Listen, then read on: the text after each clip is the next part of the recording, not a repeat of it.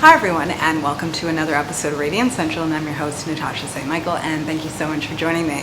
So recently someone sent me an email asking me which foods with carbohydrates in it do I recommend to someone that has either insulin resistance, or they have sugar sensitivity, polycystic ovarian syndrome, or syndrome X, or any kind of issue with sugar metabolism. What would I recommend to someone with foods that have carbohydrates in it? Which foods can they eat, or should they eat, or which should they avoid? Things like that. Great question. Now, the first thing that I would say is you gotta eliminate all processed food. All processed food, all junk food, all fast food, all refined food, all artificial food. You need to get rid of all the junk. Number one, okay, and that has to be your foundation. A lot of times when I say this, people turn around to me and say, well, yes, that's obvious. I need to get rid of this, and that. I know that, but what other foods do I need to get rid of? Which of the healthy foods should I stay away from? And I find a lot of times is that the most necessary step is to get rid of the processed food and the junk food and the fast food. And a lot of times if someone does that and does it consistently and is just diligent about that, a lot of times their ability to metabolize sugar gets better. And they might even notice that once they've spent enough time without the processed food and the junk food and all of that, that their body's able to work better, that a lot of the foods that are healthy that maybe they couldn't eat while they were eating the processed food, that they're able to handle much better now that they're not sort of breaking down their body with all the junk food and the processed food. Because pretty much when you're eating a diet that has a lot of processed food, you're weakening your body. You're weakening your body's ability to function properly. And if your body is weak, then it's not going to be able to handle anything. And so first, you got to get rid of those things that are really messing up your body. Number one. You know, a lot of times people come to me and they say, oh, I heard bananas are full of sugar, or mangoes, should I not be eating them? And then I ask them, well, do you eat candy bars? And they're like, yeah. And then I say, do you drink wine, or do you drink alcohol? Yeah, occasionally. And I say, you know, you should be worrying more about the candy bars and the alcohol and the processed food and the junk food, more so than the bananas and the mangoes. Okay, because really, if you take a step back and look at that and compare these two different choices or these two different foods, there's no comparison. And so first you need to get rid of just the junk, the processed food, the foods that are just high in sugar and high in just artificial stuff and just are bad for you, number one. And then start working on the other stuff. Okay, and I can give myself as an example of this, that I used to be addicted to sugar and processed food. And I also had polycystic ovarian syndrome and sugar sensitive and everything. And it didn't matter what I was eating that had sugar in it, I always felt bad. Whether I was eating processed food with sugar in it or fruit with sugar in it, it didn't matter. It was just whatever was sweet would just zap me and my energy and just make me sicker and sicker.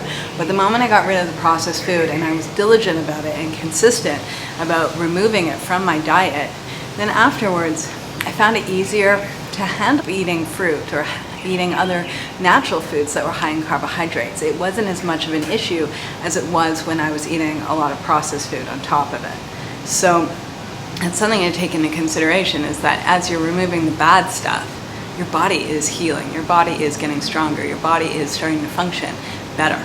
It might not be perfect, but it will be a lot better, and you'll be able to handle a lot more things and have more options, because ultimately you want to get healthy so you can have as many options as possible. You don't want to be removing so many things. You really want to be at a point where you can pick and choose what you want, and you're picking and choosing the things that make you feel good. So, on to if someone's already on a healthy diet and they have polycystic ovarian syndrome, or they have syndrome X, or they have sugar metabolism issues, sugar sensitivity, insulin resistance, all of that, what are the healthy foods that they should be eating, and which ones are higher in carbohydrates, which ones are lower, how to choose what to eat to support your health? I would say, first of all, it's good to inform yourself and educate yourself as to which foods have carbohydrates in it and which ones have more, which ones might have less. In general, fruits usually have a higher amount of carbohydrates, especially the sweeter fruits or tropical fruits a lot of times has a higher amount of carbohydrates than, let's say, things like berries. And then in comparison to something like vegetables a lot of times are way lower in carbohydrates. It's kind of like fruits are on one end of the spectrum and vegetables would be on the other. And so, but vegetables still have carbohydrates in them, but just not as much. And then everything in between that would be whole grains, beans and legumes, and even nuts and seeds have carbohydrates in it. Lean foods that, and also animal products like milks and cheeses, things like that, they too have carbohydrates in it. The main foods that actually don't have any carbohydrates in it are pure fats or pure oils, and also meats, things like that. That would be more pure protein or pure fat or a mixture of the two. So most foods have carbohydrates in it, and some have more, some have less. The ones that have the least are usually vegetables, and the ones that have the most are usually super sweet fruit. Now, do you need to cut out the super sweet fruit? Not necessarily. You just need to be more, I would say more aware. I would say to anyone that has any kind of sugar sensitivity or insulin resistance, all of that, my suggestion is to check in with yourself and be either keeping a food journal or keeping note as to what you're eating and how it's affecting you. Because a lot of times once someone starts actually writing down everything they're eating and sort of being more mindful as to how they feel after a meal, do they have energy or do they feel like they need to go to sleep?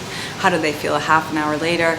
Do they feel like they had a lot of energy and suddenly they're feeling really low and tired and spacey? Or do they feel like they feel great after a meal, half an hour later, a few hours later? Are they hungry again, or do they feel they can go a long time without food? Like, what's going on after your meals? Because a lot of times if you keep a food journal and then sort of just check in with yourself a little bit as to how you're feeling after your meals, you'll be able to start seeing patterns and being able to pinpoint what are the foods that make you feel good, which ones don't. I find in general, when it comes down to eating whole natural foods that have carbohydrates in it, when you're eating them and they're whole, as opposed to being processed down in any way, I find the sugar metabolism is much slower. So for example, with fruit, it's better to eat whole fruit as opposed to eating fruit that's even put through a blender. Because once you're putting fruit through a blender, you are breaking it down. You are processing it even though it's fresh, it's being broken down. And when you drink, let's say like a fruit smoothie, is that the sugar gets absorbed into the bloodstream much quicker than if you were to eat a whole apple or a whole slice of watermelon and chewing it and breaking down the fibers in your mouth and then allowing your body to thoroughly break down the fibers.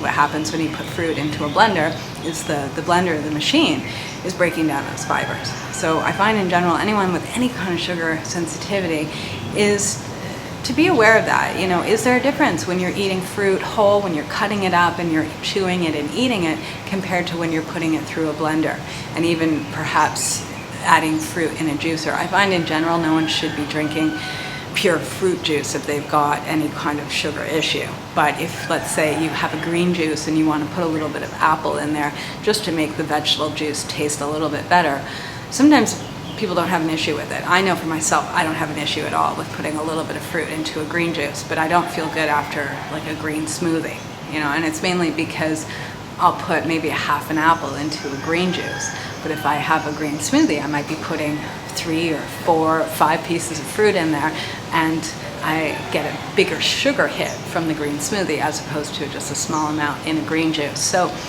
it's weighing these things out and being aware as to what works for you and what doesn't. I also find too, when we're on terms of fruit, is better to always eat local fruit. I find that when you're eating local fruit and fruit that's grown in the seasons, your body's able to, I believe, process it better. You know, it's grown for you to be eating it, as opposed to eating something that's been imported and maybe it was picked like 6 months ago and it's been preserved somehow and shipped over and it's super ripe, and it's just, a lot of times I find that itself can be detrimental to someone's health that already has sugar issues. Okay, so if you have sugar issues, better to eat local fruits. And also I would say too is try not to eat fruit that's overly ripe. There's a big difference in the sugar content of fruit that is just ripe and then fruit that is super, super ripe. You know, so super ripe bananas, like the brown bananas, those probably have a lot more sugar, or even almost double the sugar as an unripe banana. Okay, so you want to kind of stick with something that's in the middle that is somewhat ripe, but not overly, because you'll get more of a sugar hit. And especially if you keep those super ripe bananas to be having in a banana smoothie, that can hit you pretty hard with a big sugar load. So that's something to watch out for, specifically if you have sugar issues. And again, it's about asking yourself and being aware of your own body, because some people do fine with that. Other people, it throws them through a loop. And so it's better, instead of following what I'm saying, is listening to what I'm saying and apply it and see, does this apply to me? Does this affect me how I'm describing it? And if it does, then eliminate it. But if it doesn't, then I don't see a problem having it. Another thing too with fruit in general is there is like the glycemic index, which you can refer to it, but I don't feel it's like the be all end all. I really don't. I feel that it's not completely conclusive when it comes down to the sugar content of certain foods. And again, I find it's better to check in with yourself and be aware, what are the fruits that you feel you can eat enough of and you have no problem with, and other fruits that you have to really be mindful with the portions and perhaps have smaller portions of. And again, it's listening to your own body. One thing I do find that helps for a lot of people that have any kind of sugar issue is to eat a protein with fruit or with any carbohydrate. So if you're having fruit, maybe having a handful of nuts with it. I like, once in a while, I like to have like a fruit salad and I'll throw like a handful of cashews in there. Or I like to have apples with almond butter. For me, that works really well, and I know for a lot of people, having some sort of protein with their fruit makes a big difference as well. They're able to have more energy and not get so hungry so quickly afterwards. It's a good snack. Now, when it comes down to other foods that have carbohydrates in it, other natural foods and healthy foods, such as whole grains or beans and legumes, the one thing that I suggest is having them whole. I would suggest anyone that has any kind of sugar issue, insulin resistance, any of that, to be sticking with whole grains as opposed to eating foods made out of flour, made out of whole grains. The main thing is, it's the same thing with the fruit, that once you process it down, the sugars just get absorbed into the bloodstream much quicker than eating the food whole. So if you like to eat grains or you like to eat starchy things, then my suggestion would be to eat quinoa, eat millet, eat buckwheat, eat whole oats, eat these foods where they're a whole grain, as opposed to eating bread that's made out of whole wheat or bread that's made out of oat flour. Even with oats, I would suggest going more with the steel cut oats or rolled oats as opposed to instant oats, because the more something's been sort of smashed down and processed down, the sugar load just becomes quicker and easier into the bloodstream, and that's what you're trying to avoid. You're trying to eat foods that really have a much slower release of carbohydrates, because in the end, you can't completely eliminate carbohydrates from your diet. Our bodies need carbohydrates. It's a macronutrient that is essential to be able to function. And so some people need more than others, and some people do better with more, some people do better with less, but it's not something you want to completely cut out of your diet, especially over the long term. And so the main thing is figuring out what works for you. And usually any of the foods that are higher in fiber, that might have a bit of protein in it, will help to just slow down the absorption of the sugars. And if, let's say, you're eating something that is high in carbohydrates, to incorporate some sort of protein in it will make a big difference. And also too, is watching portions. You know, a lot of times people feel like they need to cut out everything, but a lot of times just by cutting down the portion makes a huge difference. You know, if someone is insulin resistant or has sugar sensitivity, it might not be about cutting out the buckwheat. It just might be cutting that portion in half. Instead of having a full cup or even half a cup, have a fourth a cup. You know, where you're still having it part of your daily diet or having it a few times a week, but you're not completely cutting it out. Because I find when people cut out a lot of carbohydrates or so much of the carbohydrates out of their diet, is they start craving it. You know, we crave things that we've taken out. And there's a natural reason why we are, because perhaps your body needs it in one way or another. And so I find it's like, instead of getting rid of it completely, it's finding ways of still having in the diet, but not having too large of an amount that it's detrimental to you. You know, that it's just enough to make a meal feel complete and tasty and good, and psychologically you feel better that you've included it, and then you can move on and continue eating healthy food. Okay, so that too is taken into consideration, is that sometimes it's not about cutting out the foods, it's just cutting down the portions. All right, so these are my tips about carbohydrate foods. And my suggestion is really, you know, if you're having issues with sugar, is really keep a food journal and see what it is you're eating every day, what you're eating it with and what meals feel good and which ones don't. And then from there, do that for a few weeks. Then you can start rearranging things and modifying the portions or modifying what you're choosing to eat every day. All right, so, and I just want to mention to everyone that the next 7-day whole food challenge, it starts next Monday, December 15th. It's 7 days of eating 100% whole food diet. So for those that want to get off of processed food, junk food, sugar, caffeine, the fast food, the fried food, just the nasty artificial food, all of that, join us. It's 7 days of eating 100% real food diet. If you want more information on the program, you can go to my website at radiantcentral.com, click on products, and you'll see 7-day whole food challenge there. Have a super fabulous day, everyone, and I'll see you again soon. Bye.